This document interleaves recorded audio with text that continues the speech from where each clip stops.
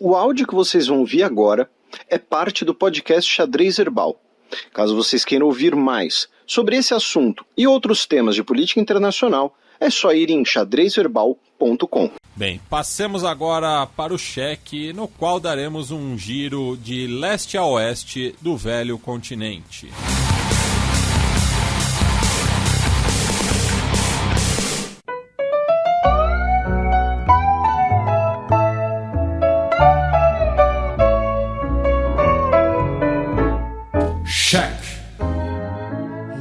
Cafillo, ¿dónde estaba cuando caíste en desgracia? El que siempre acompañaba tus momentos de viudez. Quase 10 mil pessoas foram presas e ao menos 208 morreram em uma semana de manifestações no Cazaquistão.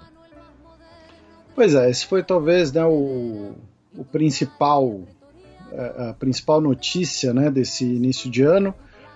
Que muitos ouvintes nossos falavam no Twitter, vão voltar de férias, vão sair das férias e tal, alguma coisa assim.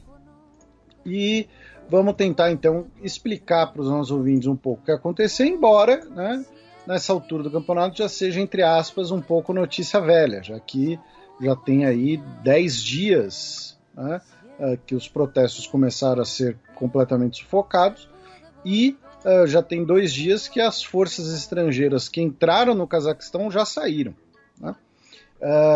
Mas, mesmo assim, vamos lá. O que aconteceu? Primeiro, como sempre, a gente vai falar dos fatos. Depois a gente vai tentar analisar e responder algumas perguntas. E contextualizar um pouco também, né? Porque a gente já vem falando do Cazaquistão há algum tempo, até pela transição do poder, né, mudança da nomenclatura da capital, enfim, porque são coisas que a gente vai recuperar aqui nessa edição. A gente fala bastante de Ásia Central, inclusive aqui no programa, por vários motivos. Um deles é que a gente é tonto. Tá? Mas é o que... É o que nos resta. É um pouco que diferencia, né, o nosso trabalho de outros trabalhos de noticiário internacional, que por razões até compreensivas, muitas vezes, né, vão sempre focar nas notícias dos grandes centros, né, por assim dizer.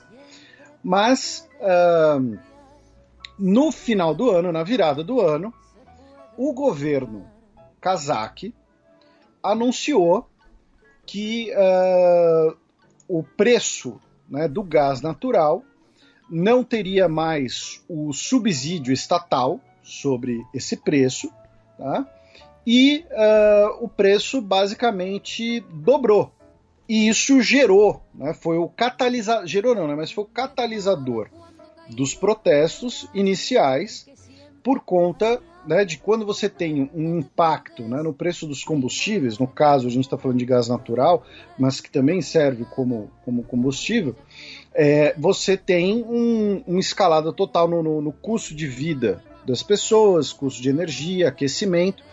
E aí o que acontece? E assim, no caso cazaque propriamente, o gás liquefeito de petróleo, né, que é mais conhecido pela sigla em inglês LPG, né?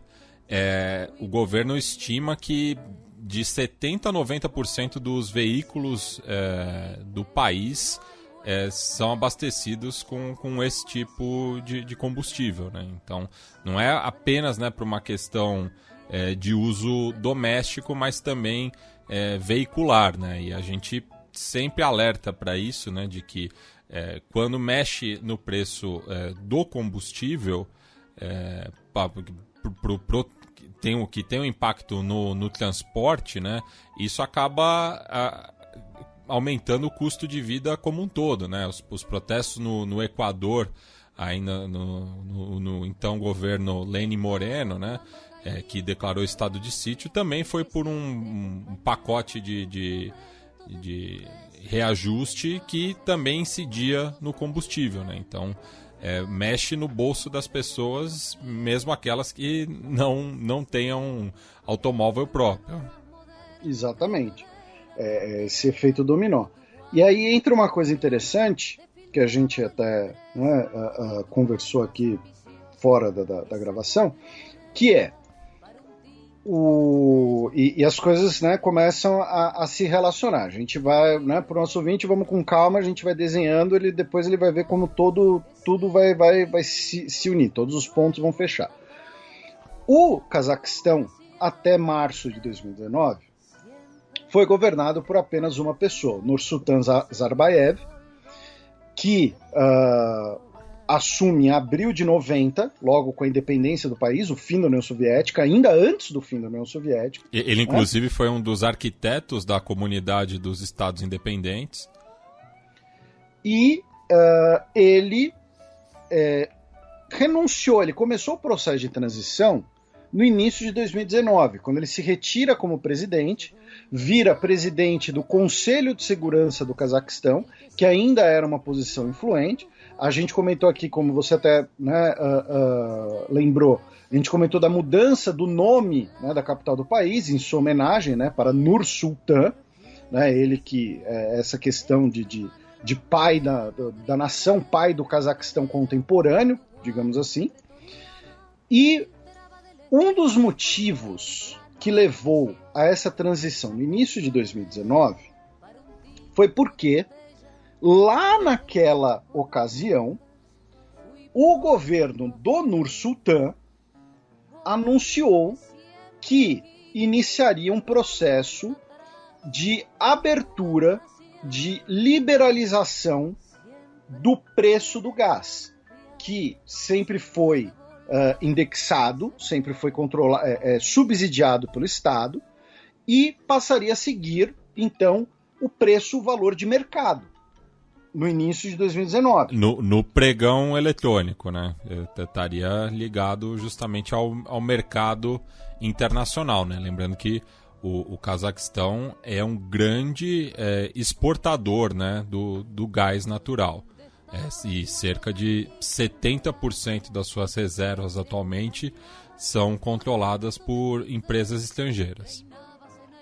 Então, aí naquela circunstância, nós tivemos também protestos, tivemos essa transição dentro do governo, em que o Nur-Sultan foi sucedido pelo Tokayev e se retirou como presidente do Conselho de Segurança do país, ou seja, ele ainda teria ali um poder especialmente sobre as Forças Armadas e as Forças Policiais. Só que essa medida de liberalização do preço do combustível, ela foi adiada ou então amenizada junto com pacotes de estímulos, outros subsídios, por conta da pandemia. Então, quando chega a virada de 2021 para 2022, o que o governo cazaque faz mais ou menos é falar, olha, acabou a moratória, entre aspas, acabou o período de transição. O preço do combustível vai ser regulado pelo mercado internacional, não vai ter esse controle estatal ou não vai ter subsídio, e o preço então quase dobrou. E aí, além desse período de estamos falando de praticamente 3 anos, desde quando quiseram colocar essa medida até agora, também teve um fator de que, olha, quando virar o ano a gente vai começar com essa medida, porque a pandemia já está começando a arrefecer, né, já está começando a diminuir e tal, não tem mais tanto problema. Mas a gente sabe que veio nova variante e tudo mais, e que principalmente, a gente não está nem falando da realidade sanitária do Cazaquistão.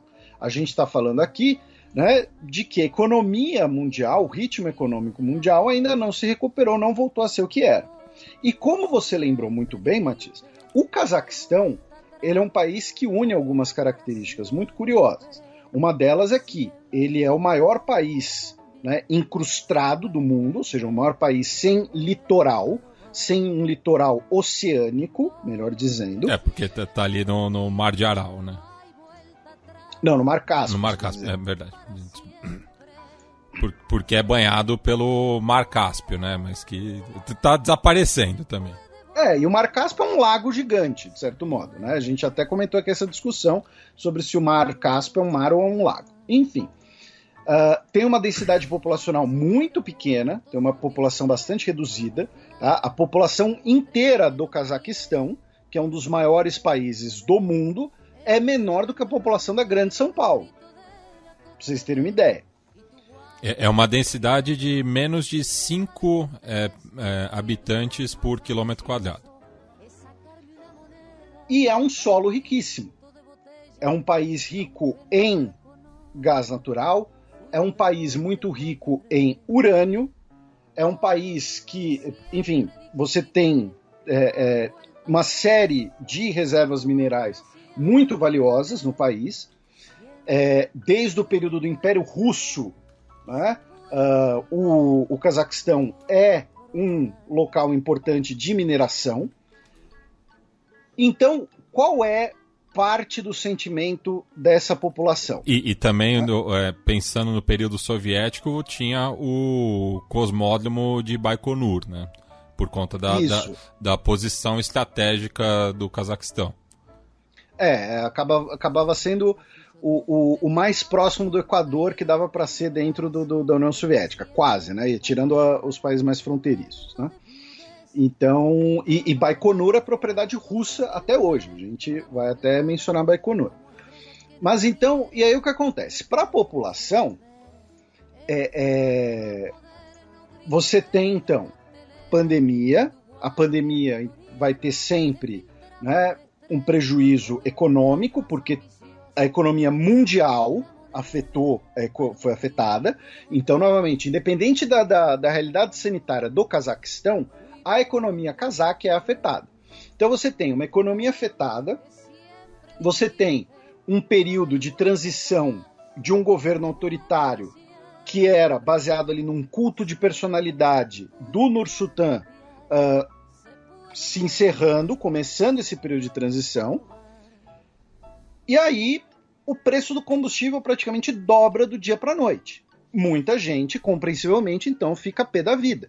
E é aquele pé da vida meio amorfo que a gente falou, por exemplo, quando parte disso, tá? Calma, vamos sempre de calma, né? Que a gente falou, por exemplo, quando na França teve os coletes amarelos, e a gente pode trazer, inclusive, para a realidade brasileira também, que é aquela coisa, eu sou contra tudo isso que está aí, né? Então, é contra o fato de que eu pago combustível caro num país que produz petróleo e gás natural, o fato de que eu vejo muita corrupção endêmica ao meu redor, eu vejo um sistema corrupto, que era um governo autoritário por 30 anos, eu vejo instituições autoritárias.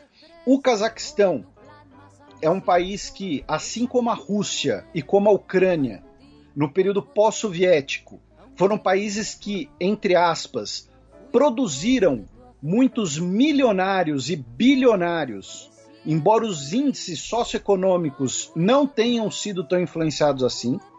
Então você tem uma elite cazaque que vive na França ou no Reino Unido, que está ligada a processos muito parecidos de privatização, de conseguir contratos de maneira suspeita para a exploração de recursos minerais, de ali um esquema de compadrio com as autoridades, como o próprio Nur-Sultan, né? Então, tanto familiares quanto pessoas próximas, amigos do Nur-Sultan, estão dentre esses grupos de milionários e bilionários, tá?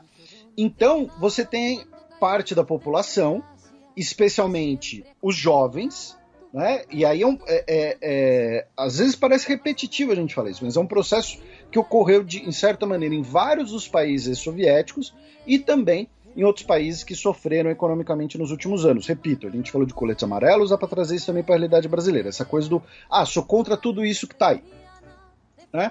Então, mas principalmente essa coisa de, peraí, eu trabalho, eu tô desempregado, tá aqui inverno, eu tenho conta de energia para pagar, tal, tanto que você vê as pessoas nos protestos, né, se aquecendo com fogueiras, né, e o preço do combustível vai dobrar, e os caras estão lá, bilionários, vivendo em Mônaco, vivendo em Londres, e eu que vou pagar a conta? Não, peraí, então alguma coisa tá errada. Junto com isso, então nós temos aqui um catalisador econômico que, como você lembrou, é um catalisador importantíssimo porque afeta toda a cadeia das pessoas, afeta toda a condição de vida das pessoas, mais pandemia, mais tudo isso. E aí, junto com isso, a gente consegue fazer esses nós com diversos outros elementos. Uns mais confirmados, outros menos. Então, uma das questões, por exemplo, é esses protestos no Cazaquistão. Quem estava liderando esses protestos? Depende.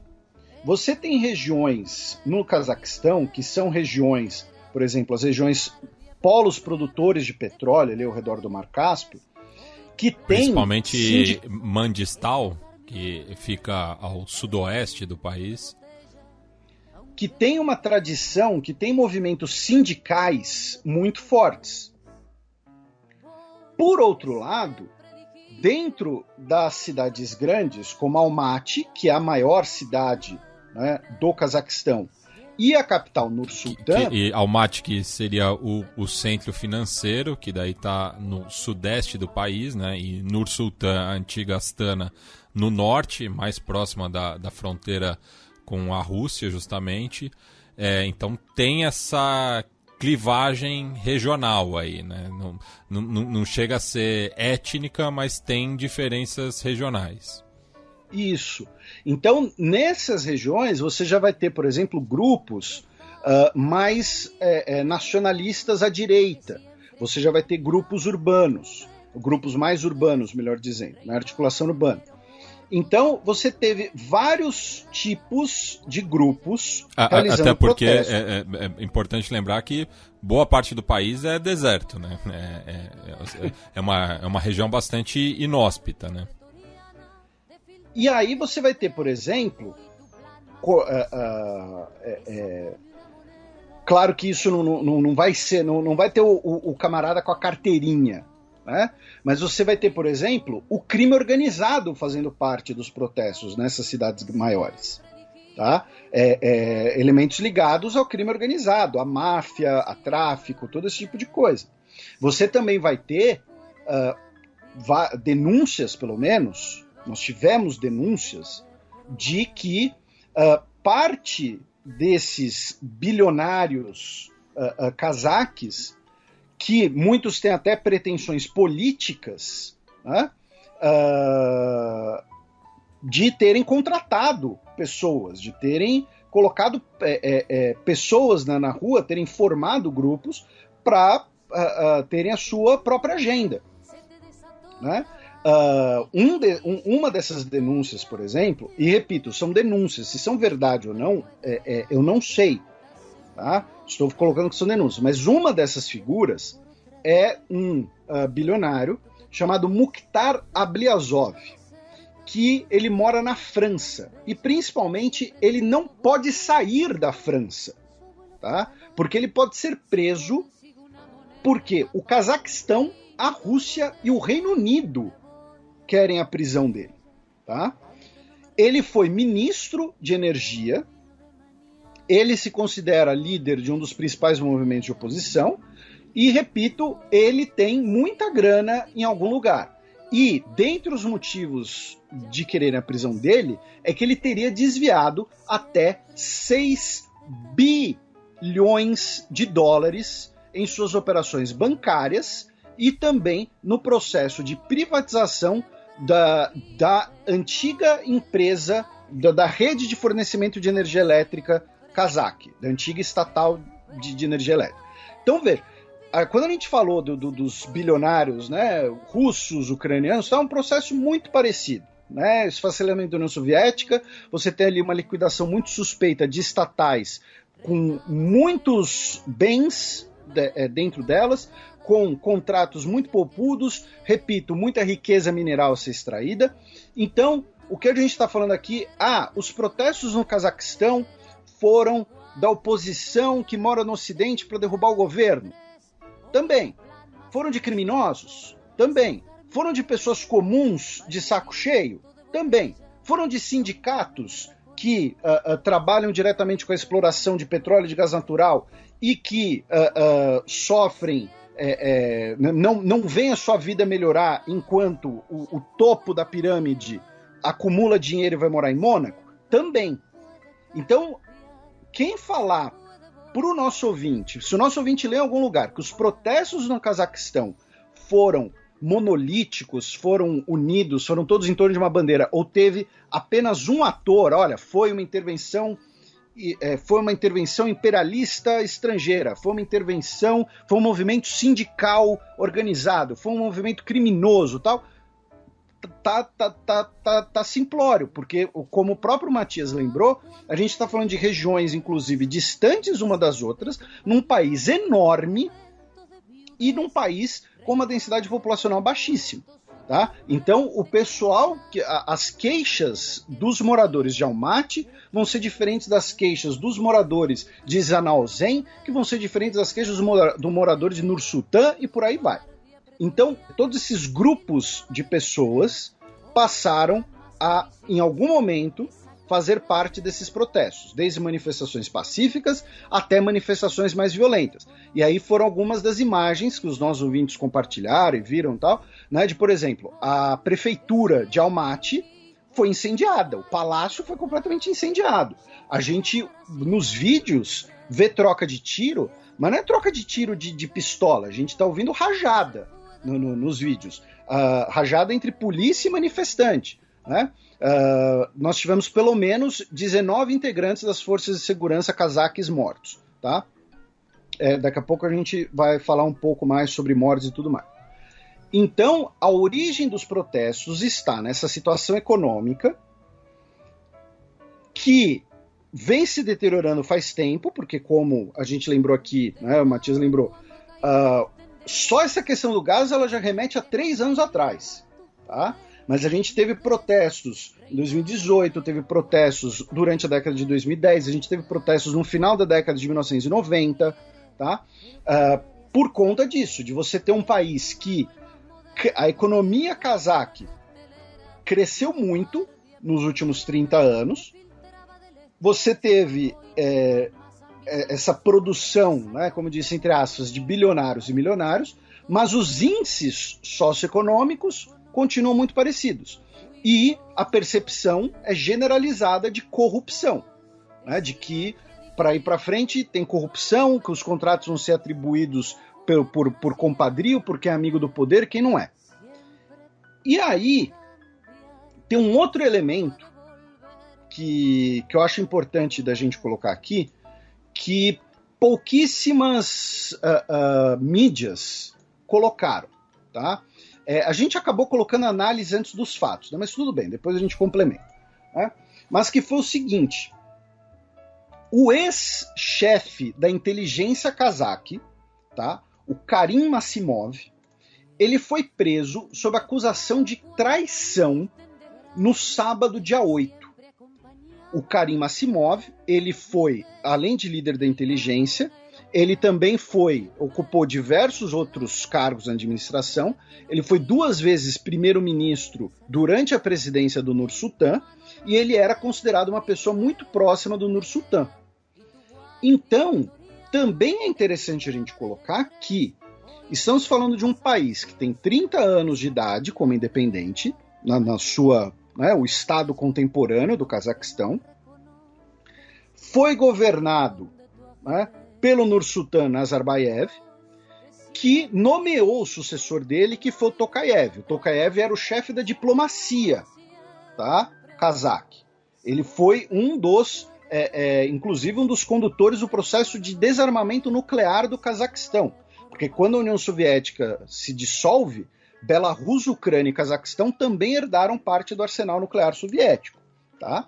O Cazaquistão nasceu como a 5ª maior potência nuclear do mundo. Tá? Então, o Nur-Sultan colocou o líder da diplomacia como seu sucessor, com a promessa de reformas, né, para diminuir corrupção, aumentar a transparência. Um dos primeiros atos dele, inclusive, foi abolir a pena capital. Na última Assembleia Geral da ONU, a gente falou bastante dos países da Ásia Central, queriam criar aquele fórum entre os 5 estão ex-soviéticos, né? O Tokayev falou que... Cabe lembrar que o Cazaquistão é o único que faz fronteira com a Rússia das antigas repúblicas soviéticas da Ásia Central, né? Tanto até que isso impactou economicamente algumas dessas antigas repúblicas soviéticas nesses últimos protestos, como, por exemplo, o Quirguistão, que tem uma dependência econômica da Rússia muito grande e ficou sem comunicação com a Federação Russa. E muito bem lembrado, né? E nesse contexto, naquele discurso, o Tokayev ele tinha falado uma coisa que a gente comentou aqui que foi muito interessante, né? Interessante para a gente que está olhando de longe, é claro. Que o Cazaquistão passou os últimos 30 anos consolidando o seu Estado e agora começaria a consolidar a sua democracia. Ou seja, basicamente falando, olha, era um governo autoritário mesmo, tinha culto de personalidade mesmo, não dava para ser uma coisa paz e amor do dia para noite, a gente vai começar agora com promessas, com reformas devagar. E por que eu estou falando disso tudo? Porque é possível, é plenamente possível, que o Nur-Sultan, como presidente do Conselho de Segurança, tenha se virado contra a sua criatura, contra o Tokayev, ou então que outras possíveis criaturas do Nur-Sultan começaram uma briga interna pela sucessão. Eu acho isso perfeitamente plausível. Então, quando eu digo isso, eu não estou falando que eu estou afirmando que o Karim Massimov fez uma conspiração contra o Tokayev, né? Então a acusação está justíssima. O que eu estou falando é que é parte de um processo quase, entre aspas, natural de sucessão. Depois de 30 anos de uma ditadura, você vai ter ali 2 ou 3, 4 parças do círculo mais próximo que vão disputar o poder entre si para ver quem vai suceder ele, né? Algo assim que a gente já viu em vários outros processos de morte ou de aposentadoria de ditadores na história, né? Uma briga entre os seus apoiadores, entre os seus cúmplices para ver quem vai sucedê-lo. Então é possível também que exista esse elemento. É possível, eu vou mais além. Para mim, certamente também tem esse elemento de uma briga para ver quem vai pela sucessão. Porque imagine só que você tem que os protestos consigam derrubar o Tokayev. Você vai ter 2 possibilidades disso, né? E o governo cazaque falou que houve uma tentativa lá de invasão do palácio presidencial em Nur-Sultan e tudo mais. Você tem 2 opções. Ou alguém que já era do aparato de Estado, como o Massimov, vai falar, olha, gente, o Tokayev era um bundão, ele era um fracote, eu vou tomar conta agora e vai tudo dar certo, confia em mim. Ou então, o bom e velho Nur-Sultan vai falar, olha, gente, viu, sem mim não dá certo, hein? Eu vou ter que voltar para o poder, eu vou ter que voltar para a presidência, porque sem mim essas coisas não dão certo. Né? Então também tem esse elemento de uma transição de um país, de um Estado, melhor dizendo, né? Relativamente jovem, com essa variedade de pautas e esse catalisador que foi a questão do preço dos combustíveis. Outra questão interessante, como você muito bem lembrou, Matias, o Cazaquistão tem essa fronteira com a Rússia gigantesca, né? O Cazaquistão, ele tem uma frase que eu não vou me lembrar agora de quem é, acho que é da Cecília Meirelles, ou do Arnaldo Jabor. Caio Fernando Abreu. Jô Soares, não sei. Mas que é o seguinte, países com mar, né, cooperam com o mundo. Países encrustados cooperam com seus vizinhos. Por quê?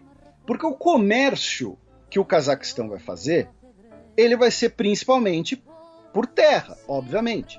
Então, quais são os grandes parceiros comerciais do Cazaquistão? Se o nosso ouvinte pegar e entrar lá no Observatório de Complexidade Econômica, né, e digitar Cazaquistão, de onde o Cazaquistão importa, para onde ele exporta e tudo mais, vai ser Rússia e China, principalmente. Tá?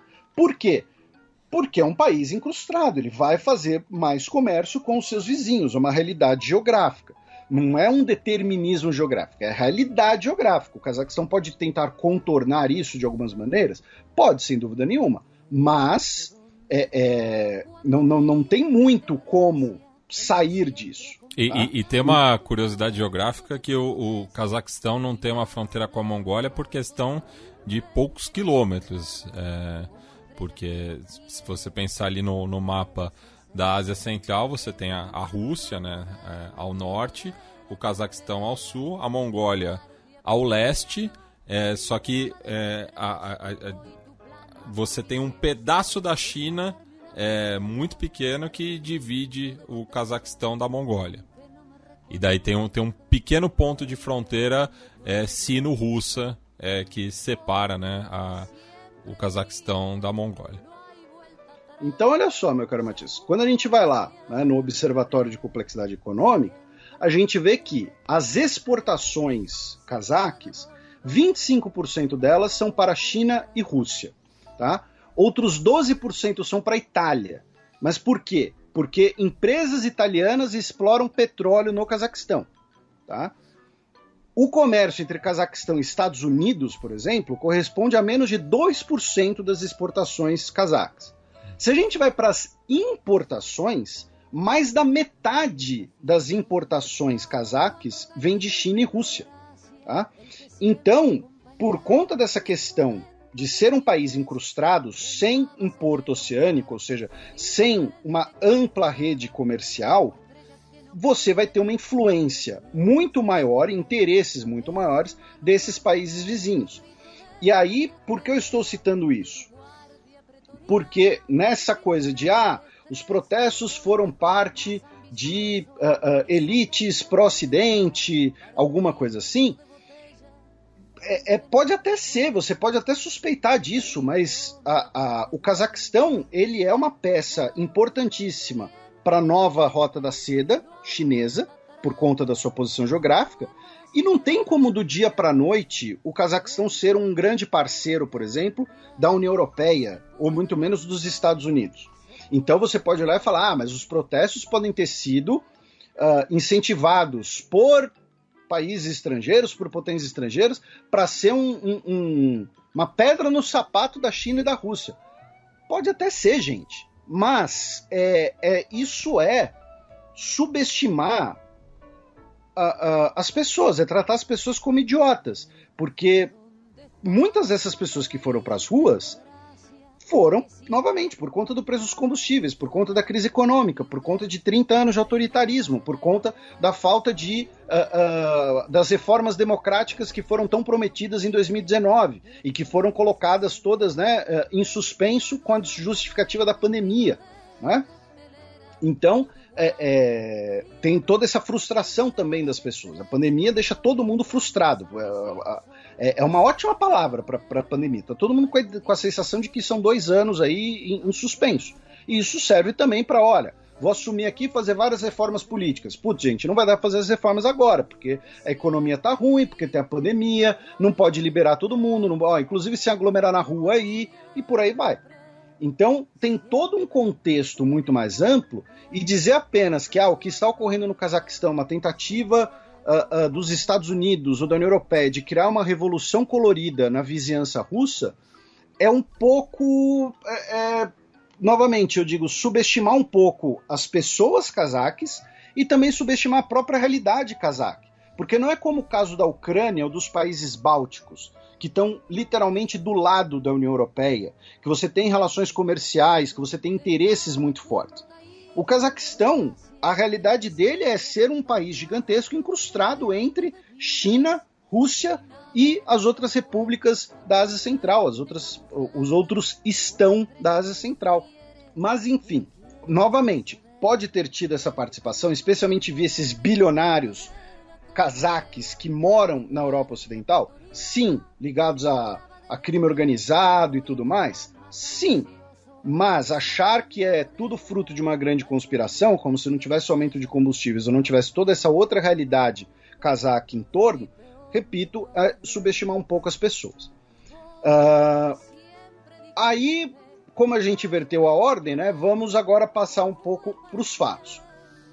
No dia 4 de janeiro, o gabinete, tá, do primeiro-ministro, no caso, o primeiro-ministro Askar Mamin renunciou e o presidente Tokayev designou o Alikan Ismailov como primeiro-ministro interino, tá? O que é o primeiro-ministro no sistema cazaque? É o chefe de ministros, é o ministro-chefe. É o cara que vai coordenar o gabinete, o funcionamento do gabinete no dia a dia. Tá? Passando para a realidade brasileira, seria o chefe da Casa Civil. Mais ou menos isso, exatamente. Aí no dia 4, o Tokayev disse que os protestos são culpa de indivíduos destrutivos que querem acabar com a estabilidade, a unidade da nossa sociedade, porém que as demandas socioeconômicas precisam ser ouvidas. Que todos os ataques em prédios do governo eram absolutamente ilegais. Tá? Isso do dia 4 para o dia 5. Aí, no dia 5, nós tivemos o primeiro dia com muitas mortes no Cazaquistão. Tá? E só pontuando que no dia anterior, 4 de janeiro, o governo tinha anunciado que o preço do gás passaria para 50 teng, que é mais ou menos 11 centavos de dólar por litro, né? O que representa 16% abaixo do preço anterior. Então, né, já dá uma maneirada aí no preço. Né? Aí no dia 5, nós tivemos o primeiro dia com muitas mortes, tá? Não se sabe direito quantas nesse dia 5, mas fala-se entre 40 e 70 mortes no dia 5. Depois, no dia 6, nós também tivemos o Tokayev com o seu discurso televisionado, né, que gerou muito choque em muita gente, né, que foi ele dizendo que autorizou as tropas, autorizou a polícia e o exército a atirar para matar, tá? A usar força letal contra manifestantes. Dizendo que os manifestantes eram bandidos e terroristas e que o uso da força era a única maneira de destruir os protestos. Tá? Junto com isso, teve a declaração de estado de emergência e o pedido do governo cazaque que, para a organização do Tratado de Segurança Coletiva, que é um pacto de defesa pós-soviético, que colaborassem na gestão da segurança. Tá? O pedido foi feito já no dia 3 de janeiro e no dia 6 de janeiro, a organização do Tratado de Segurança Coletiva aceitou o pedido, presidida pelo atual primeiro-ministro da Armênia, o Nikol Pashinyan. O que isso significou? Né? A organização do Tratado de Segurança Coletiva foi criado no contexto ali do fim da União Soviética, em 92, e depois foi reformado em 2002. Atualmente tem 6 membros: Armênia, Belarus, Cazaquistão, Quirguistão, Rússia e Tadiquistão. E tem 3 ex-membros: Azerbaijão, Geórgia e Uzbequistão. Tá? O Azerbaijão e a Geórgia saíram em 99, no contexto ali da reforma, e o Uzbequistão saiu em 2012. A organização, inclusive, quando a gente falou da guerra na Armênia, da guerra entre a Armênia e o Azerbaijão, a gente comentou de como o governo armênio não invocou o acordo, inclusive de como forças do Azerbaijão evitaram atacar a Armênia propriamente dita, né? Então não atacaram em Yerevan, por exemplo, para que a Armênia não usasse o acordo e falasse: olha, estou sendo atacado, os países da organização têm que vir em minha defesa coletiva. O que o Cazaquistão fez foi falar que estava numa situação de emergência de segurança e pedir uma intervenção de tropas de paz, tá? Esse foi o termo usado, da organização. Foram enviados especialmente tropas russas, mas também tropas de Belarus, do Tadiquistão, do Quirguistão e da Armênia. A Armênia mandou 100 militares, inclusive. Depois eu vou citar sobre isso. Só que, pelo tratado, essas tropas não podiam fazer parte de repressão de protestos. O que o Cazaquistão fez? as tropas da organização, tá? do Pacto de Defesa, dá entre aspas, uma OTAN russa, tá? Numa analogia bem boba, só para ajudar, ficaram responsáveis pela guarda de locais estratégicos, como gasodutos, aeroportos e o espaçoporto de Baikonur, que você citou antes, que, repito, é propriedade russa. É como se fosse propriedade russa num terreno cazaque que a Rússia aluga do Cazaquistão. Tá? Mas justamente por conta disso que a Rússia já está construindo um cosmódromo novo lá na Sibéria, perto da fronteira com a China, até para evitar algo parecido com o que aconteceu com a Crimeia. Né? Então, as tropas russas e da aliança foram cuidar da segurança dessas instalações, como gasodutos, aeroportos e Baikonur, para liberar o exército cazaque para ir para a rua. E aí sim, reprimir com violência, tá? Violência, os manifestantes. E aí estamos falando de pelo menos confirmados, só os confirmados são 208 mortos. E mais de 9 mil pessoas detidas. Tá? Estamos falando de 10 mil pessoas presas num país que tem uma população de menos de 18 milhões de pessoas, tá, gente? Não é pouca coisa, não. Tá? Menos de 20. Vai? No total foram 3.770 tropas da organização que entraram no Cazaquistão e que saíram no último dia 19. Tá? Começaram a retirada no dia 13 e saíram no dia 19.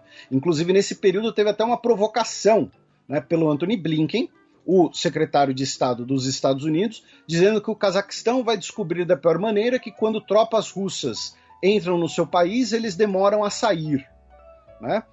Sendo uma referência à crise na Ucrânia. A cara dele nem cora, né? Então, assim, resumidamente, foi isso que aconteceu. Junto com tudo isso, eu imagino que você também talvez tenha complementos, mas acho que tem três coisas interessantes de colocar. Uma delas é que o Cazaquistão passou por um shutdown completo de internet. Tá? Desligaram completamente a internet do país. Então, durante os protestos, era muito difícil ter notícias, ter informações. Então, é até um pouco, entre aspas, bom a gente falar disso depois, porque a gente consegue ter uma visão mais ampla, né, do que aconteceu, do que pode ter acontecido, né, de todo esse contexto. A segunda coisa é que o Bitcoin talvez tenha participação nesses protestos. Por quê? Olha só, a China baniu a mineração de Bitcoin dentro do seu país e muitas das operações, né, de mineração de Bitcoin foram da China para o Cazaquistão. No fim do ano passado, o Cazaquistão era responsável por cerca de 18% da mineração de Bitcoin no mundo. Tá? E, obviamente, quem faz isso não são apenas cazaques. Né? Até porque hoje em dia você minerar Bitcoin não é simplesmente você deixar lá o seu computador ligado. Né?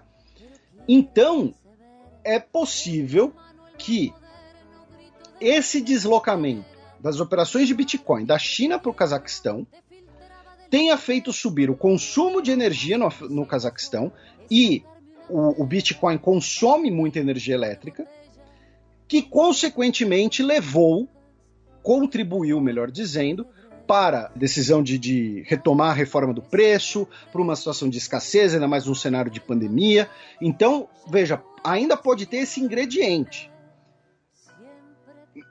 Vou deixar isso muito claro, tá, gente? Não estou em nenhum momento dizendo que foi culpa do Bitcoin, ou foi culpa de uma revolução colorida, ou foi culpa de um levante sindical, ou foi culpa de um colete amarelo cazaque. É tudo isso junto. Tá? Outra coisa interessante de se colocar é que o Tokayev, ele talvez, por senso de preservação, talvez sabendo de coisas que nós não sabemos, ele não hesitou em botar na conta do Nursultan. Uma imagem que ficou muito famosa em algum dos dias de protestos foi uma derrubada de uma estátua do Nursultán, né, de algumas estátuas do Nursultán, e o próprio Tokayev falou que, olha, a família do Nursultán e os amigos do Nursultán enriqueceram à custa do Cazaquistão. Então, é necessário, é justo que essas pessoas ajudem a contribuir com a sociedade cazaque. Tá? Ele colocou, né, que a sua família contribuiu para a situação atual. O Nursultán, inclusive, foi especulado que ele teria fugido do país, mas aí ele fez uma aparição pública anteontem, uma aparição em vídeo, dizendo que continuou no país, e principalmente, acho que a gente não citou, quando a gente fez a timeline, no dia 5 de janeiro, ele renunciou a ser o chefe do Conselho de Segurança do Cazaquistão. Então, hoje, pela primeira vez em muito tempo, o Nursultán não tem nenhum posto no governo cazaque. Tá? E foi o próximo Tokayev que substituiu ele. O cara não é trouxa, né? Então, mas isso é interessante, porque falou, olha, não, vocês têm razão, sim, a família dele foi corrupta, ele contribuiu para o esquema, é isso aí, ele tem culpa sim. Então, ele já falou, olha, gente, eu tô tentando aqui o meu melhor, né, até por sobrevivência política, eu tô tentando aqui fazer o que dá, né, na perspectiva dele, não sou eu dizendo isso, né, é ele dizendo, ó, gente, tô aqui fazendo o que dá, mas ele também não ajudou, e tem esse problema aí, tem esses grupos criminosos, e tem os terroristas, né, e tem a pandemia e tudo mais. Então, assim, o contexto, mais ou menos, é esse. Tá? A gente falou da localização cazaque, falamos da questão das riquezas minerais, mas, ao mesmo tempo, é muito importante destacar que a gente não tem tantas informações assim, que não é uma situação tão simples assim, e que fala-se às vezes de outros países, de outras sociedades, como se fosse todo mundo burrinho, né? Como se fosse todo mundo fantoche ou um bote sem vontade própria, como se eles não tivessem pautas específicas, como se for... E quem está falando isso é uma pessoa... Isso é apagamento do protagonismo histórico, né? Isso, e quem está falando isso é uma pessoa que segue o pensamento realista de relações internacionais. Então você tem disputas entre países, você tem disputa entre potências, o Cazaquistão é um local importante, é um local estratégico, você tem ali um governo no Cazaquistão, entre aspas, anti-Rússia ou anti-China, seria uma pedrona no sapato de uma dessas duas potências, mas ao mesmo tempo não se pode falar como se não houvesse também questões locais, questões nativas, o que você falou, um protagonismo também dessas populações. E uma outra coisa interessante de citar, né, eu mencionei das tropas armênias, o governo turco achou um absurdo a Armênia fazer parte da missão da Organização do Tratado, porque a Turquia, né, tem essa, digamos assim, o patrocínio, né, a iniciativa, né, dos movimentos pantúrquicos. Né, inclusive, a Turquia e o Cazaquistão, né, fazem parte, né, da Organização dos Estados Túrquicos, né, que foi fundado pela Turquia, mas a partir de uma sugestão do Nursultán. Né? Então você vai ter gente falando, por exemplo, que o que houve foi até que não foi uma intervenção por Estados Unidos ou por União Europeia, mas teria sido um movimento orquestrado pela Turquia, né, como parte desse movimento pantúrquico. Enfim, e aí a presença de tropas... E que, inclusive, a região etnicamente mais próxima da Turquia é o ocidente, né, do Cazaquistão, que está ali próximo também do Azerbaijão, enfim. Então, ainda teve essa acusação, né? E, claro, junto com tudo isso, também rola um pouco que a gente fala de países, né, do antigo espaço soviético, que é a própria formação de identidade nacional. Né? Então você tem uma minoria russa muito expressiva dentro do Cazaquistão, né? Cerca de 20% da população é falante de russo. Uma notícia que a gente repercutiu na época, né, que acho que foi em 2016, agora não sei se foi 2015 ou 2016, que o alfabeto cirílico seria substituído, né, pelo alfabeto latino, como essa questão, inclusive, de uma identidade própria, né, próximo ou não da Rússia, enfim, o Cazaquistão. E aí, novamente, esqueçam a União Soviética. O Cazaquistão fez parte da Rússia desde muito antes da União Soviética, né? Então, foi uma expansão ainda no século XIX, uma expansão do Império Russo, no caso. Então, tem uma série de elementos, uma série de ingredientes, e um deles é essa identidade pantúrquica que levou a essa reclamação da presença de tropas armênias no país. Então, assim, mais alguma coisa sobre o Cazaquistão, meu caro Matias? Não, sigamos. E o Felipe falou, né, do Cazaquistão com esse potencial nuclear, mas a gente vai falar agora de uma perspectiva mais ampla, né, já que as potências nucleares se comprometeram a evitar um conflito atômico.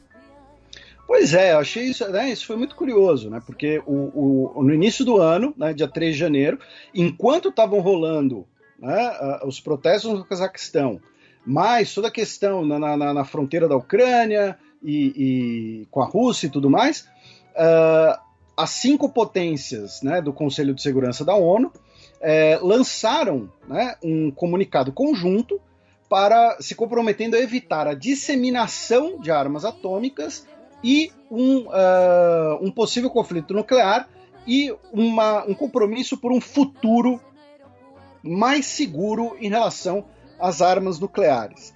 Então foi um timing muito curioso, né? Lembrando que, assim, nos últimos meses, né, a gente repercutiu que os Estados Unidos fez várias críticas, várias afirmações de que a China estaria expandindo, né, o seu arsenal nuclear. Enfim, havia toda essa disputa. Com a atual crise, talvez seja possível, né, que o governo, algum governo, não sei, talvez tenha buscado aí algum armamento nuclear, alguma garantia nuclear. Enfim, não sabemos, mas foi um comunicado, né, com um timing muito curioso. E aí a gente vai para 2 notícias internas da Rússia. Tá? Uma delas foi que, no final do ano passado, dia 28 de dezembro, 2 apoiadores, né, 2 dos principais associados, né, do Alexei Navalny, que é considerado, né, um dos principais líderes da oposição ao Vladimir Putin na Rússia, sofreram batidas policiais em suas casas, né, e um deles, inclusive, enfrenta a possibilidade de 12 anos de prisão.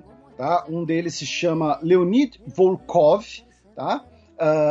Que é um dos principais, né, aliados, e também Ksenia Fedayeva. E a outra notícia foi que a Suprema Corte Russa ordenou o fechamento da Memorial Internacional, né, International Memorial em inglês, que é uma das mais antigas, né, organizações de direitos humanos russas. Foi fundada ainda no período soviético, em 89. Inicialmente, a missão deles, né, era expor e preservar a memória dos expurgos stalinistas, tá? E também do uso dos trabalhos forçados e das mortes nos gulags. Tá? Repito, ainda no final dos anos 1980. Depois, já na década de 2010, a organização, a ONG, começou a sofrer várias pressões por conta da lei sobre financiamento estrangeiro, né? Porque eles recebiam doações estrangeiras, recebiam financiamento estrangeiro, e aí o caso foi parar na Suprema Corte, e no dia 29, a Suprema Corte de Moscou alegou que a organização Memorial apoiava terrorismo e extremismo e não cumpria as leis de financiamento estrangeiro para ONGs, tá? Dizendo basicamente que eles são uma entidade estrangeira porque recebem financiamento de fora da União Europeia, de países da União Europeia, recebem financiamento da Polônia, por exemplo, então eles são uma organização estrangeira, mentiram sobre isso e por isso merecem ser fechados. Mas repito, era uma das mais antigas, né, organizações para a memória de preservação de direitos humanos da Rússia. A Corte Europeia de Direitos Humanos emitiu uma nota condenando esse fechamento. Tivemos protestos, inclusive, na frente do prédio da Corte Moscovita. Tá? Os advogados da organização alegavam que o trabalho da organização é importante para a saúde da nação e que a liquidação do grupo era um ato autoritário, né, e sem precedentes, porque, repito, ela existia desde 89, desde o período ainda soviético. O Memorial de Auschwitz emitiu uma nota declarando apoio também. Enfim, então foi uma decisão que já era esperada, uma situação que já se encaminhava, mas, às vezes assim, uma decisão consideravelmente desagradável. Tá? Aí a gente já falou aqui de como essa coisa de você receber leis sobre financiamento estrangeiro podem ser usadas como cavalo de Troia para qualquer coisa. A gente está vendo uma lei parecida ser passada em El Salvador pelo governo Nayib Bukele. No Brasil, esse discurso é muito presente em alguns setores, essa coisa, não, as ONGs ambientais são agentes estrangeiros que recebem dinheiro de fora para perturbar a vida do Brasil. Né? Então, é um discurso que sempre pode ser usado como cavalo de Troia para qualquer coisa. Né? Seja por uma entidade de direitos humanos, seja por uma entidade ambiental, enfim. Aí, meu caro Matias, a gente vai para a Ucrânia. No último programa... Para a fronteira. Para a fronteira entre Rússia e Ucrânia. Nos últimos programas, especialmente no penúltimo programa, o programa 277, de 11 de dezembro, a gente fez um giro bastante grande, bastante completo pela Ucrânia, pela sua... né, pela questão fronteiriça com a Rússia, pela atual crise, né, o meme lá do governo ucraniano no Twitter, dizendo que não existe crise na Ucrânia, existe um vizinho desagradável, né, dor de cabeça de ter Rússia como vizinho, essas coisas. Então, assim, o que a gente vai fazer agora vai ser apenas atualizar e complementar, até porque esse programa já está enorme. Então, para quem quiser uma análise um pouco mais aprofundada sobre questão Ucrânia-Rússia, a mais recente é do programa 277, mas é um assunto que a gente já falou 500 vezes, 200 vezes aqui no programa, a gente fala sempre. Tá? Então o que a gente vai fazer é uma atualização, até porque hoje, tá, dia 21 de janeiro, tivemos mais um encontro entre o Sergei Lavrov, né, o ministro de Relações Exteriores da Rússia, e o Antony Blinken, o secretário de Estado dos Estados Unidos, em Genebra. Tá? Eu mantenho tudo que eu falei naquela coluna sobre a possibilidade de uma guerra, tá? Se for ter uma guerra, não vai ser agora, vai ser um pouco mais para frente, porque a gente está falando de inverno nesse momento. Então, a gente vai, né, como eu disse, apenas atualizar. Uma questão muito interessante é que naquele programa eu falei assim, mas se a Rússia invadir a Ucrânia, se tiver uma guerra entre Rússia e Ucrânia, no dia seguinte, Finlândia e Suécia estão mandando ali o formulário para fazer parte da OTAN. E o dia 1º de janeiro foi marcado por um discurso do presidente finlandês bastante firme nesse sentido, pelo Sauli Niinisto. Né? Lembrando que a Finlândia tem uma disputa fronteiriça com a Rússia, que vem da Guerra de Inverno, durante a Segunda Guerra Mundial, que por sua vez vem do fato de que a Finlândia era parte do Império Russo também. E a Finlândia está em negociações com a organização do Tratado do Atlântico Norte. Isso, então, esse discurso dele foi bastante rígido, bastante firme nesse sentido. Ele falando, olha, se a Rússia fizer alguma coisa, se a gente considerar que a segurança nacional finlandesa está ameaçada, nós vamos buscar os meios para suprimir essa ameaça. E se isso significar fazer parte da OTAN, a gente faz. Ponto final. Tá? Então, a Finlândia, que passou por um processo ali de neutralidade, né, durante a Guerra Fria, uma neutralidade quase forçada, até porque, né, a Finlândia tem uma fronteira terrestre enorme com a Rússia, né, então estaria numa posição muito vulnerável. Então seguir uma política de neutralidade, a política de finlandização, né, ali uma política parecida da Áustria durante a Guerra Fria. Então, aquilo lá que eu falei sobre Finlândia e Suécia agora está valendo ainda mais, tá?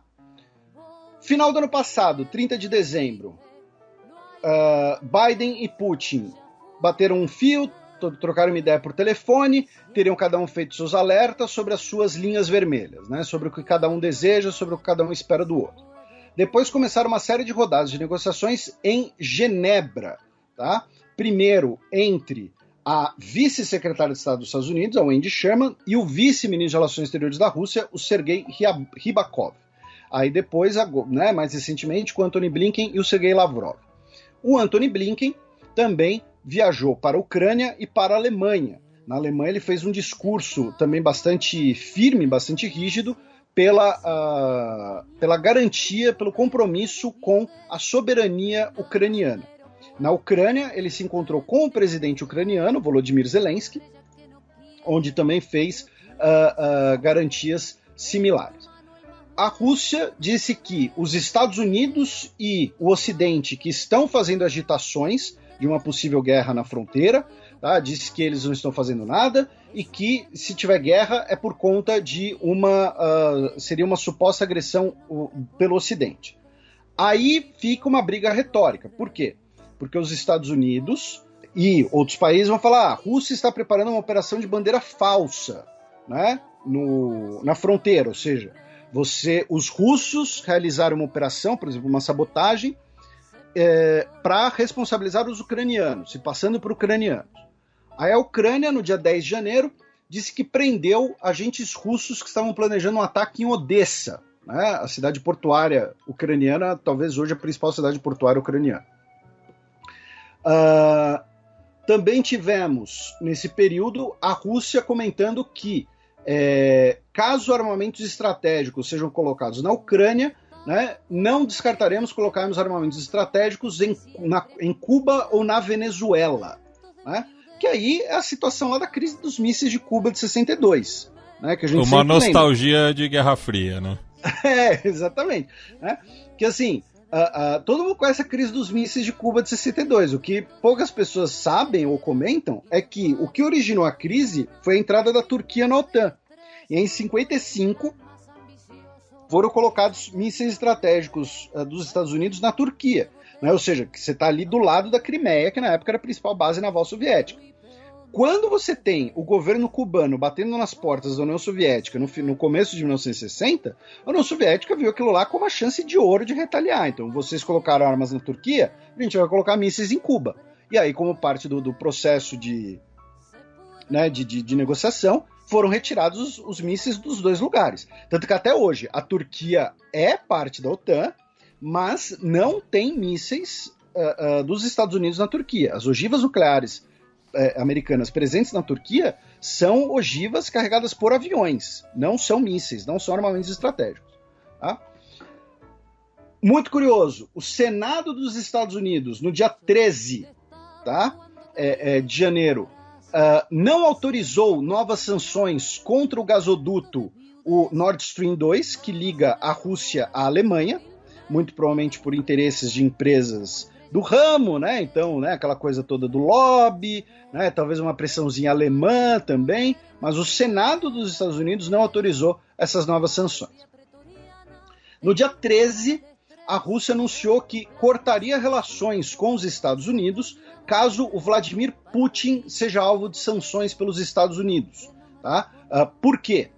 Porque ele é o chefe de Estado, ele não poderia ser alvo de sanções por outros países. Por isso que toda vez que a gente fala de sanções, seja qualquer país que seja, né, o Maduro, né, porque a gente já falou aqui de várias pessoas do governo venezuelano tal, que foram alvo de sanções dos Estados Unidos, mas o Maduro não.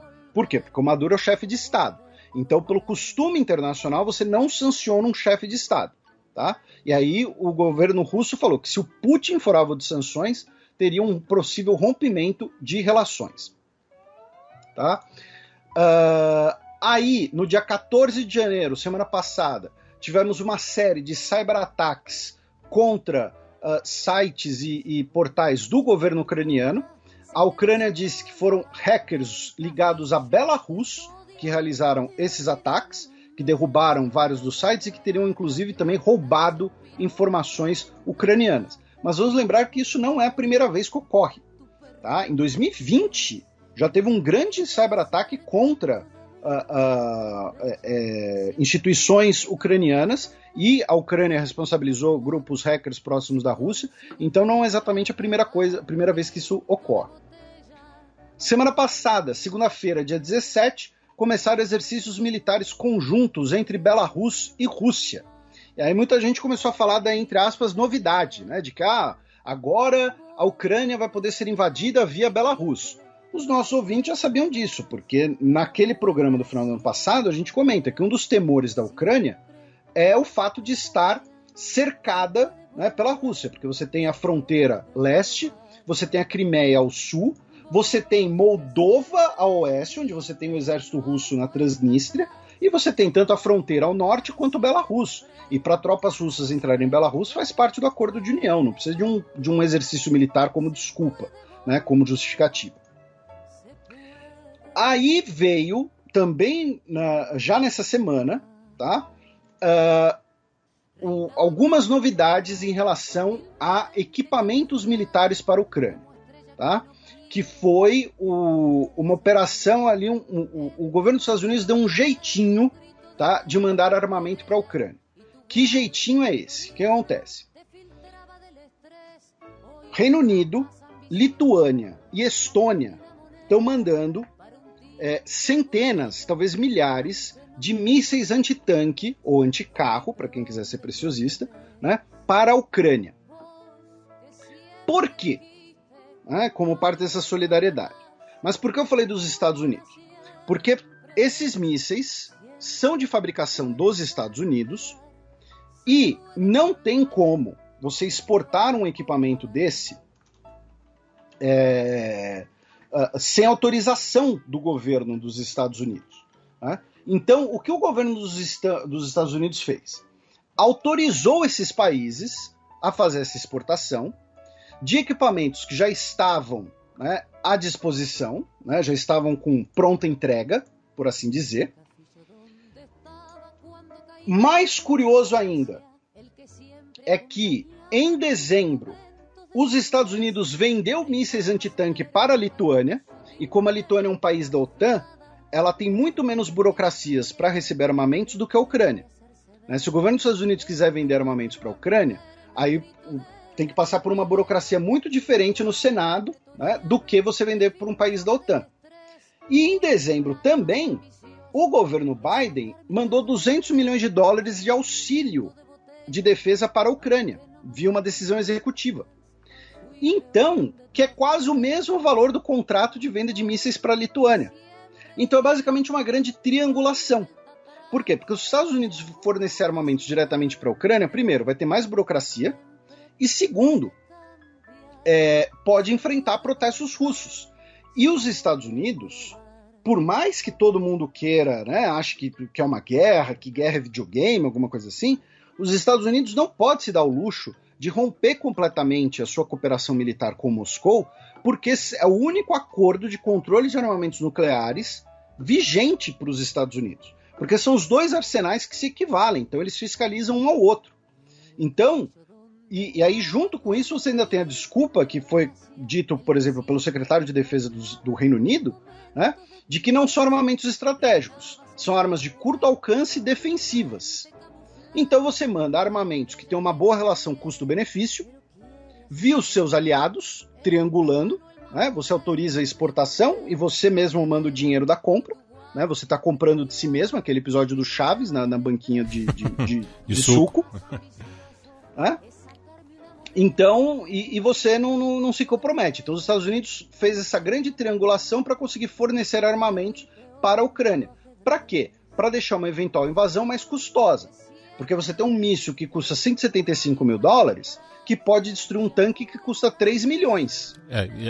Ao invés de ser um suco de tamarindo com gosto de groselha, é uma bateria antiaérea. Por aí. Então, e junto com isso, o Canadá anunciou publicamente, tá, que mandou um contingente de forças especiais para cuidar da segurança da sua embaixada. Né?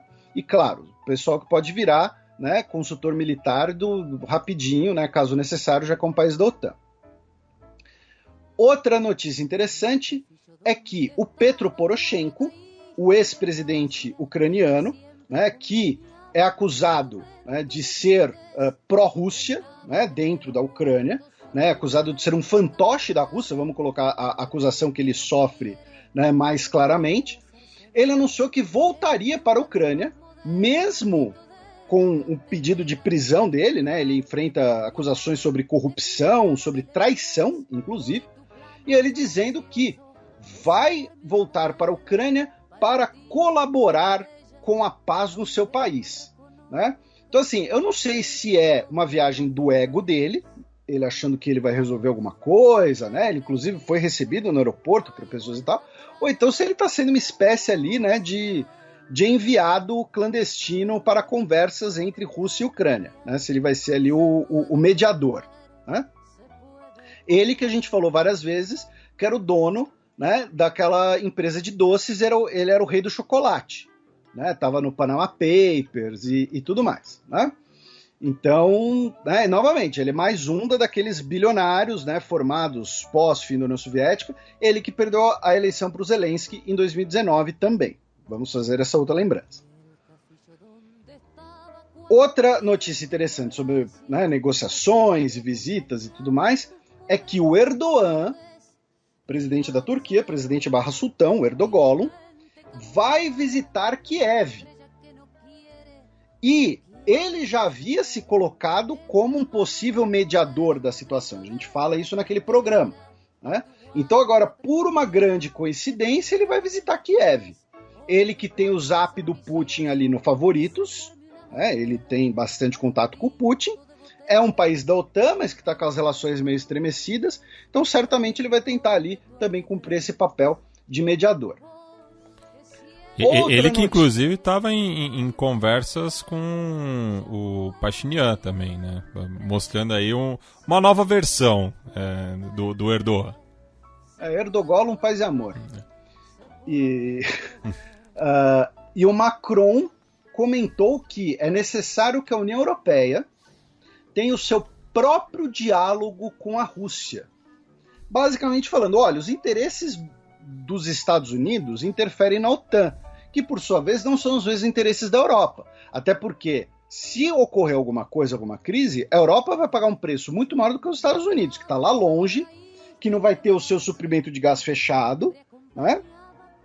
Então, o que o Macron fez foi basicamente resgatar a política gaulista, né, dos anos 60, que era falar, olha, Estados Unidos na OTAN não dá, os interesses da Europa são um, o interesse dos Estados Unidos é outro. Então o que o Macron fez foi falar, olha, é necessário que a Europa tenha o seu próprio diálogo com a Rússia em relação à Ucrânia. Tá? Aí o Biden fez uma declaração, né, essa semana, no dia 19, que muita gente interpretou, né, que ele teria sido meio molengo, que ele disse assim, não, que a Rússia vai pagar as consequências, né, se agir na Ucrânia. Né? Uma coisa é uma pequena incursão, outra coisa é uma invasão em larga escala. E aí muita gente pensou que ele estava meio que autorizando uma pequena incursão. E aí depois ele disse que não, que ele quis dizer que uma pequena incursão vai sofrer um preço X, e uma invasão em larga escala vai sofrer o preço 10X, tá? Segundo ele. Né?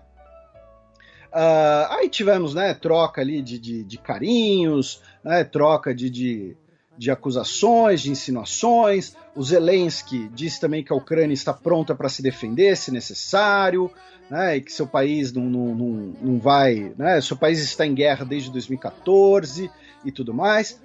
Junto com tudo isso, tivemos um anúncio ontem, quinta-feira, de que Rússia, China e Irã vão realizar uma grande operação naval, um grande exercício marítimo anti-pirataria. Né? Vai ser um exercício com 140 embarcações que vai compreender o Atlântico, o Ártico, o Pacífico e o Mar Mediterrâneo. Tá? Então, assim, uma operação militar, né, geral, global, praticamente. E acho que é isso, né, que a gente pode comentar assim sobre, né, atualizando. A outra notícia foi que a França e o Reino Unido anunciaram que enviariam mais contingentes para Romênia e Bulgária, né, que são países membros da OTAN, ali nos Balcãs. Então, o que a gente fez aqui foi uma atualização mais factual, complementando tudo que a gente falou, repito, no programa 277. Tá? Alguma coisa aí sobre a Ucrânia? Mais algum comentário? Algum complemento seu, Matias? Alguma coisa? Não, sigamos. Você falou dos Balcãs, vamos agora para a Grécia, já que a Itália devolveu ao Partenon um fragmento que estava em disputa com o Reino Unido, né? Pois é, né? A Itália... Quem diria, né, que os britânicos estariam com algum tesouro arqueológico. Pois é, né? Qual é o ingrediente secreto do Museu Britânico? O ingrediente secreto é crime. Já diz o meme. Né? O que aconteceu? Era um fragmento que estava no Partenon e que a Itália, né, devolveu para a Grécia, e estava no Museu de Palermo, na Sicília.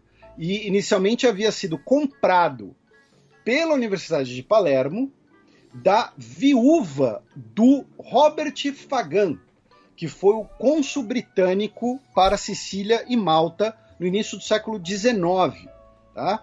Então havia toda essa questão aí da posse da peça, lembrando que os britânicos têm os mármores da Acrópolis em sua posse, que a Grécia reivindica. Os britânicos falam que eles adquiriram de forma legal, de forma justa, né? Justa, então, assim, no caso, não é uma disputa medieval, né? Não. É cinismo mesmo. Mas, né, e a gente já falou, vários países querem os seus tesouros arqueológicos de volta, inclusive como uma questão de orgulho nacional, né, e também por uma questão de turismo, né, de conservar o próprio patrimônio. E reparação histórica, né?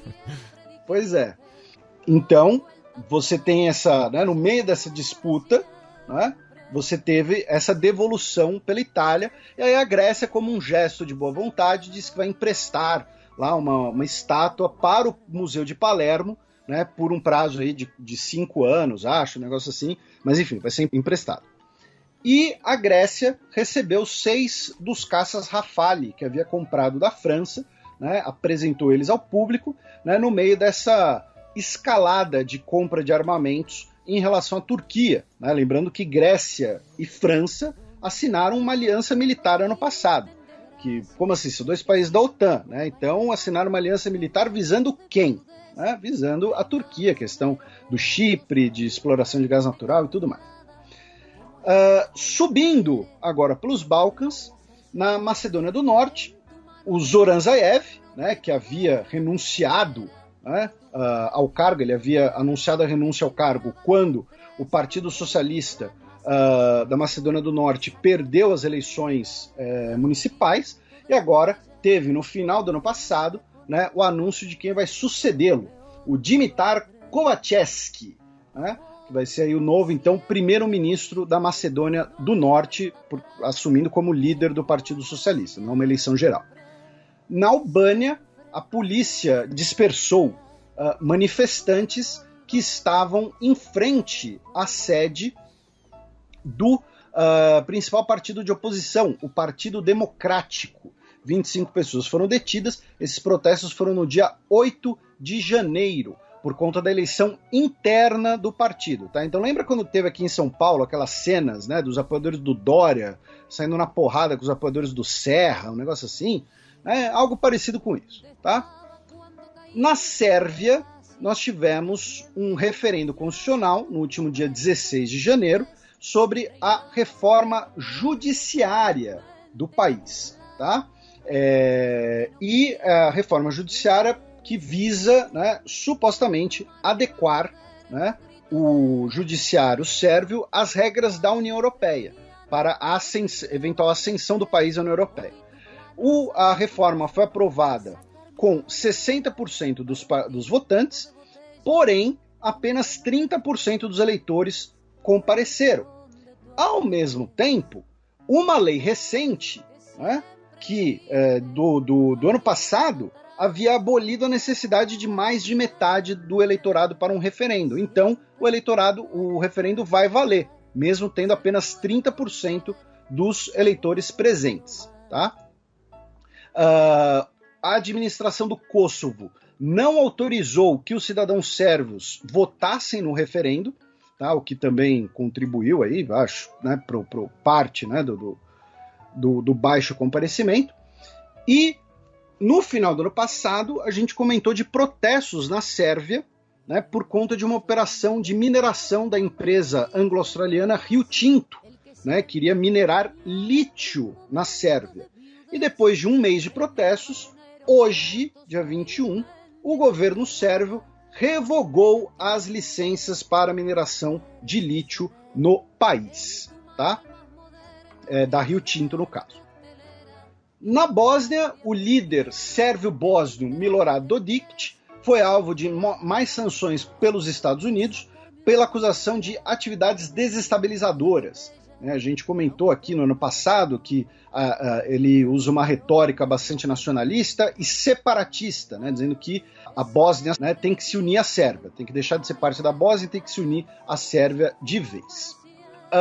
Aí, meu caro Matias, eu confesso que apenas para agradar os nossos ouvintes, na última madrugada eu entrei no Google e digitei Eslovênia News e procurei alguma notícia da última semana. E, curiosamente, encontrei uma interessante, né? Mas eu fiz isso porque os nossos ouvintes, né, marcaram nós dois 500 vezes por conta do Big Brother, já que temos uma integrante chamada Eslovênia. O pai dela estava fascinado pelo noticiário na década de 1990, e, infelizmente, não temos um Fronteira sobre a Eslovênia. Temos um sobre a Iugoslávia, né?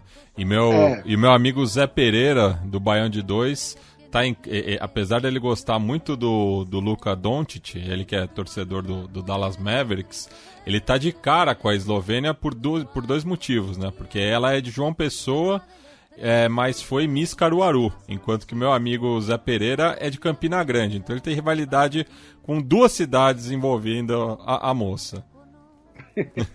Então, para agradar os nossos ouvintes, a gente vai repercutir aqui que no último dia 19, o porta-voz do Ministério de Relações Exteriores da China, o Zhao Lijian, disse que a China estava chocada com a autorização da Eslovênia de abrir um escritório de representação comercial em Taiwan. Tá? Então, mais um país do leste europeu que busca, né, melhores relações com Taiwan, seguindo o exemplo da Lituânia. A China, é claro, a China continental, a República Popular da China, protestando em relação a isso, por conta da política de uma China, e então a China condenou a Eslovênia. Né? Tenho certeza que assim que ela for para um paredão, alguma coisa assim, teremos vários ouvintes nossos marcando, vai ter uma crise diplomática, uma hashtag. Eu reproduzo a piada do Tanguy, né, de que na Iugoslávia a Eslovênia foi a primeira a sair.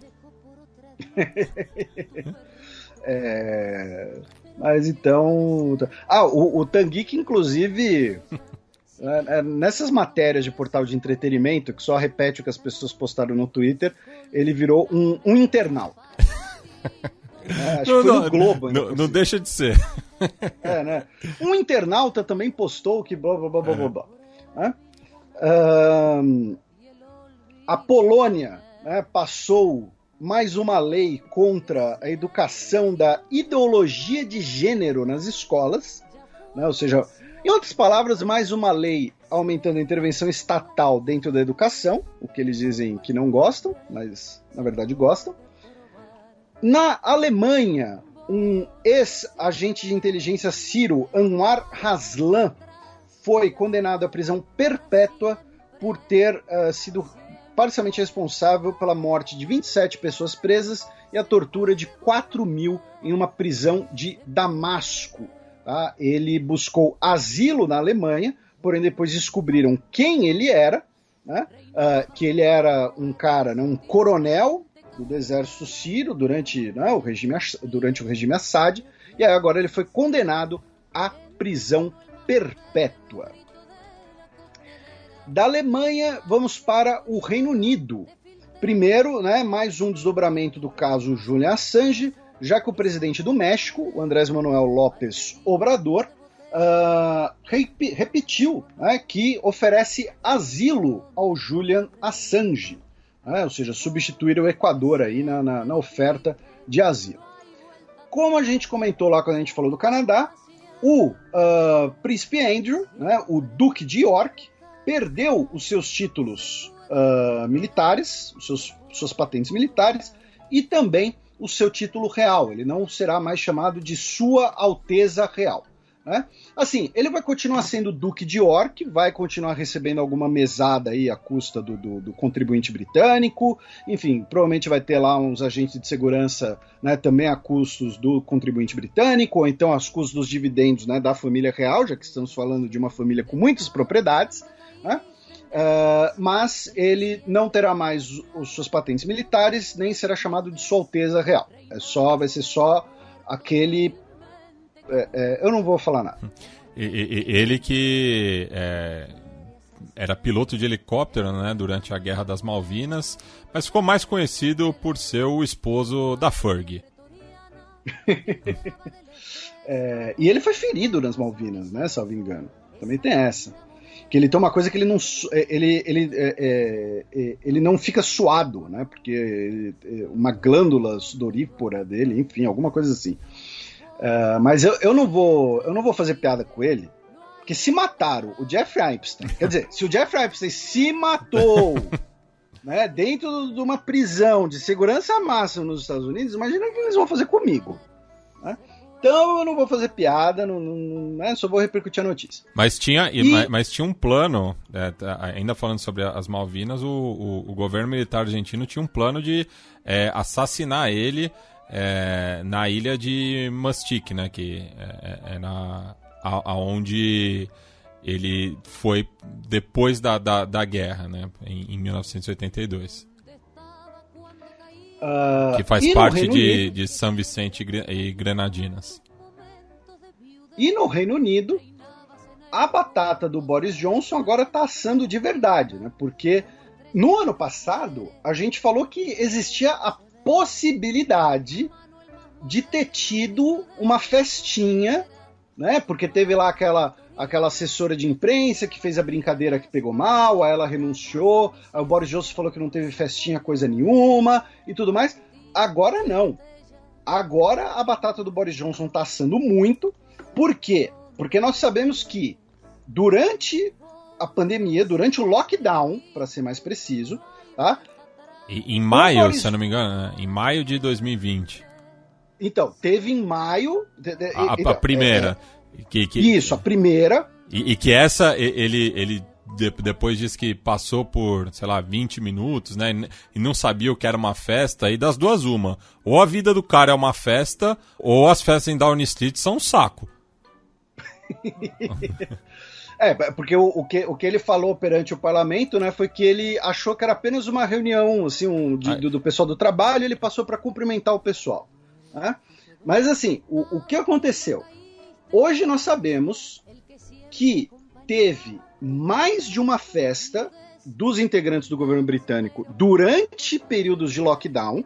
Então é aquela coisa, o eleitor, o cidadão, ele olha e fala, peraí, eu fiquei sob lockdown, eu não pude ir no funeral do meu ente querido, eu não pude visitar as pessoas, e os caras que determinaram isso estavam fazendo convescote com vinhos e queijos, com leve seu goró escrito no convite, né?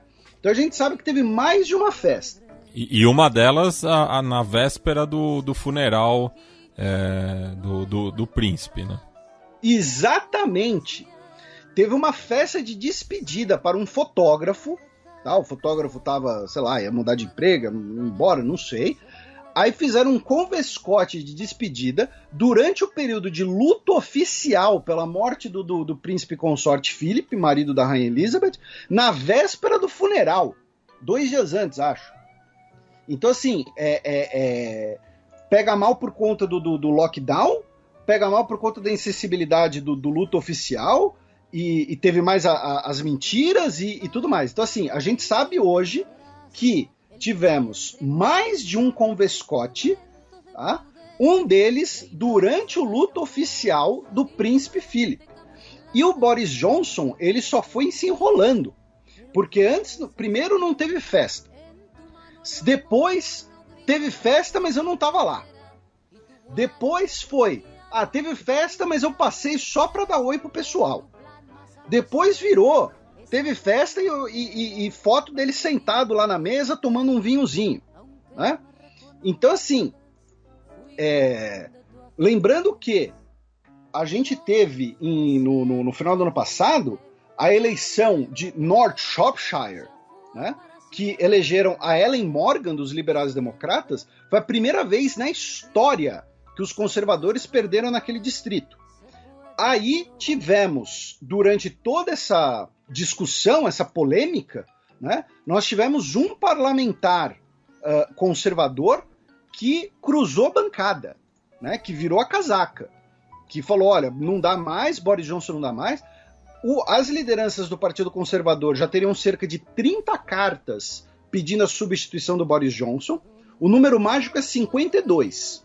Tá? Que são, se eu não me engano, é um quarto da bancada, né? Isso. O que acontece? Aí, o que acontece? Qual é o cálculo político? Eu tenho que, muito provavelmente, o Boris Johnson vai renunciar. Por quê? Porque a pandemia, inicialmente, né, você teve um impacto positivo na imagem do governo Boris Johnson. A aprovação do Boris Johnson em abril de 2020, Matias, estava na casa dos 60%. No fim do ano passado, no fim de 2021, estava na casa dos 34%. Os conservadores tiveram 43% dos votos na eleição de dezembro de 2019. Hoje, a intenção dos votos do Partido Conservador é menos de 40%. E a reprovação do governo está chegando na casa dos 70%. Hoje, as pesquisas indicam que se tivesse eleição geral hoje, os trabalhistas ficariam em primeiro. Eles teriam cerca de 40% dos votos, ou seja, não seria uma lavada, mas os trabalhistas ficariam em primeiro. Repito, tivemos uma derrota inédita na história dos conservadores e tivemos um parlamentar cruzando a bancada, virando a casaca contra o Boris Johnson. E cabe lembrar que os últimos 3 premiers dos Tories não terminaram o mandato, né? Tipo, não convocaram novas eleições majoritárias, né? Isso. Então, exatamente, os conservadores eles querem evitar uma nova eleição geral, até porque pela nova regra, né, a lei britânica mudou, né, para dificultar, né, convocação de eleições improvisadas, mas o que os conservadores, então, eles querem teoricamente, o mandato, tá, conquistado na eleição de 2019 vai até maio de 2024. Então, se os conservadores depuserem, entre aspas, o Boris Johnson internamente, ou convencer o Boris Johnson a pedir para sair, e realizar eleições internas, como foi quando o Boris Johnson sucedeu a Theresa May, né, vamos lembrar, o Boris Johnson ele assume sucedendo a Theresa May e depois tem as eleições gerais. Eles teriam cerca de 2 anos para tentar recuperar a credibilidade do governo, recuperar a credibilidade do partido, algo parecido com o que ocorreu na Suécia, né? Na Suécia, a gente comentou isso. O Stefan Löfven, ele renunciou, falando, olha, hoje eu seria derrotado nas eleições, então eu vou renunciar para dar tempo do Partido Social Democrata ter 1 ano para recuperar a sua imagem, sua credibilidade e disputar as eleições com um nome novo, né? Que é o caso da Madalena, né, a ex-ministra das Finanças. Então, eu tenho certeza que o Partido Conservador Britânico já está se articulando e fala, olha, Boris Johnson, não dá mais, tá? Estão rindo da sua cara no parlamento, Tá? Você foi pego na mentira, pego desrespeitando o seu gabinete, né? Desrespeitou a Rainha Elizabeth II, então pede para sair, os conservadores realizam uma eleição interna, e aí eles vão ter 2 anos para tentar recuperar a imagem do Partido Conservador e evitar uma nova eleição geral que, repito, hoje, segundo as pesquisas, os trabalhistas venceriam. Até porque na Câmara dos Comuns a oposição não tem força suficiente para conseguir a renúncia, né? Então depende do Partido Conservador, né? Tá. Então, assim, junta com, né, a pandemia, o número de mortes, o recorde número de casos, consequência econômica do Brexit, né, que foi piorada pela pandemia justamente, né? Então, assim, o Boris Johnson, de certo modo, ele está colhendo tudo que ele plantou, né? A consequência do Brexit e entre aspas, a hipocrisia em relação à pandemia. Só que tem uma outra eleição que daí os conservadores tendem a perder, né? No caso, a aliança, né? Vamos dizer assim, já que teremos a eleição regional da Irlanda do Norte e pela primeira vez o Partido Independentista tem chance de vitória. Ah, sim, o Brexit vai fazer Star Trek se concretizar, cara. Porque em Jornada nas Estrelas eles mencionam a reunificação da Irlanda, se não me engano, em 2026, em Next Generation. Então o Brexit vai fazer Star Trek se concretizar. E essa eleição norte-irlandesa vai ocorrer em 5 de maio. E para constar, o nome do parlamentar que cruzou a bancada foi o Christian Wakeford.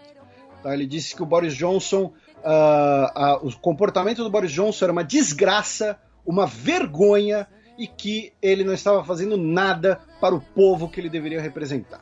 E só para não ter ambiguidade, Felipe, eu citei assim, aliança com os conservadores, é que tem um partido norte-irlandês que chama Aliança, né? Mas no caso, o análogo aos Tories na Irlanda do Norte é o DUP, né? Que é o Democratic Unionist Party. E outra notícia britânica, né, muito conveniente também nesse momento, que foi o seguinte: o Boris Johnson ele nunca escondeu que ele era a favor do fim, né, da diminuição do financiamento da BBC.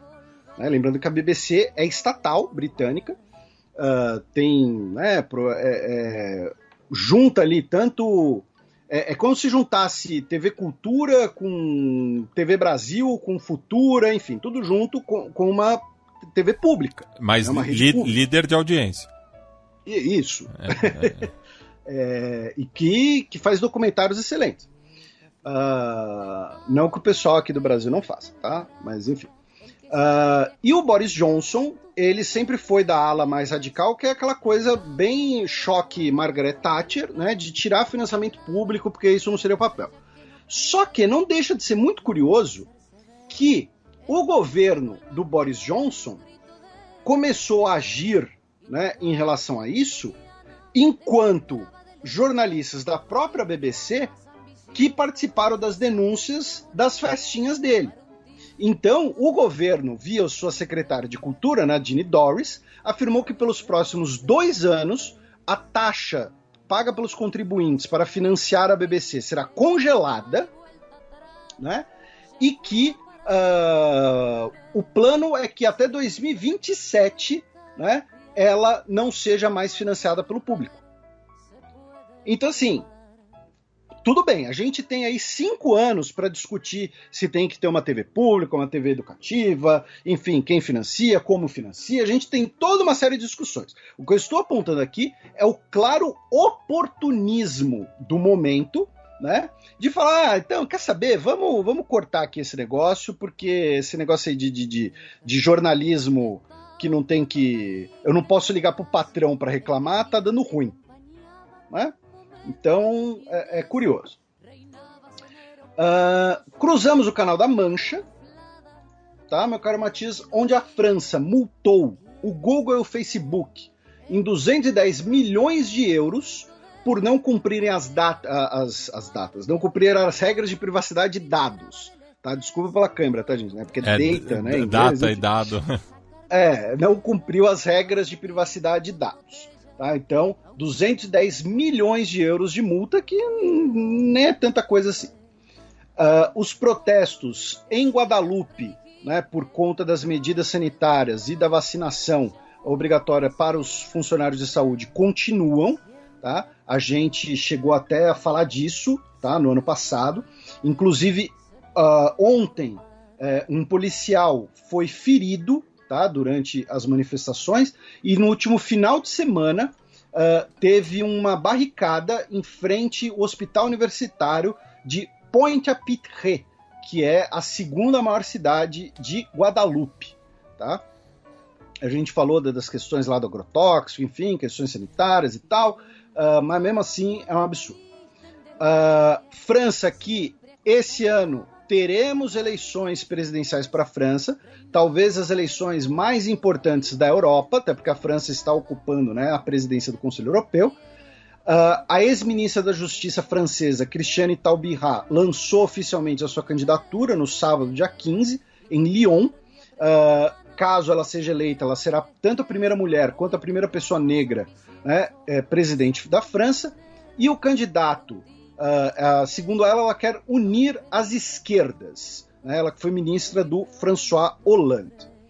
E a direita, né, o Eric Zemmour, foi multado por uma corte parisiense em 10 mil euros por ter dito que as crianças que chegam desacompanhadas na França se tornam ladrões, estupradores e assassinos.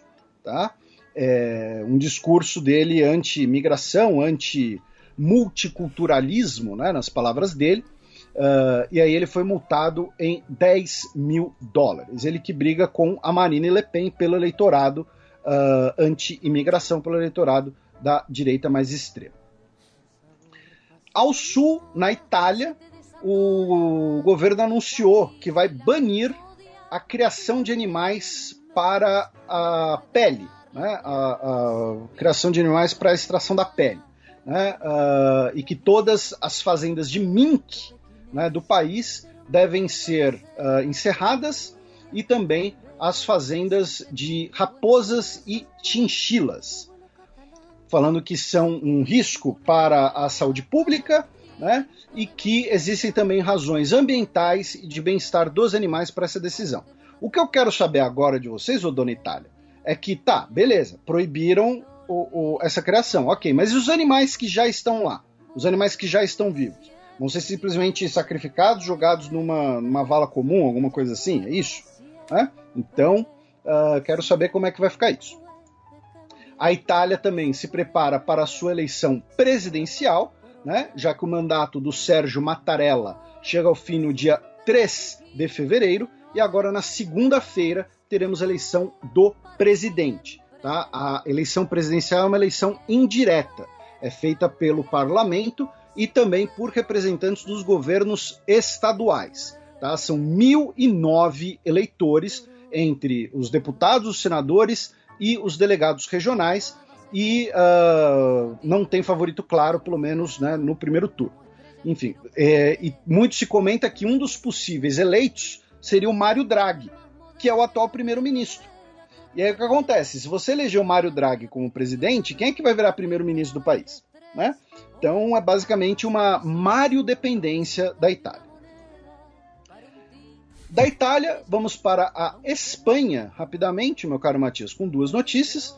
Uma delas é que no início do ano, o governo do PSOE anunciou uma revisão do projeto, né, e é uma coisa que, assim, eu acho que é importante depois a gente até procurar alguns contatos interessantes. O nosso queridíssimo André Schauders fez uma matéria muito legal com isso, sobre isso no Estadão, com contatos, inclusive, do país espanhol, contatos que eu sei com quem ele conseguiu, que é o seguinte: aqui no Brasil, o ex-presidente e provável candidato a presidente, né, Lula, falou que quer fazer como a Espanha e revogar a reforma trabalhista.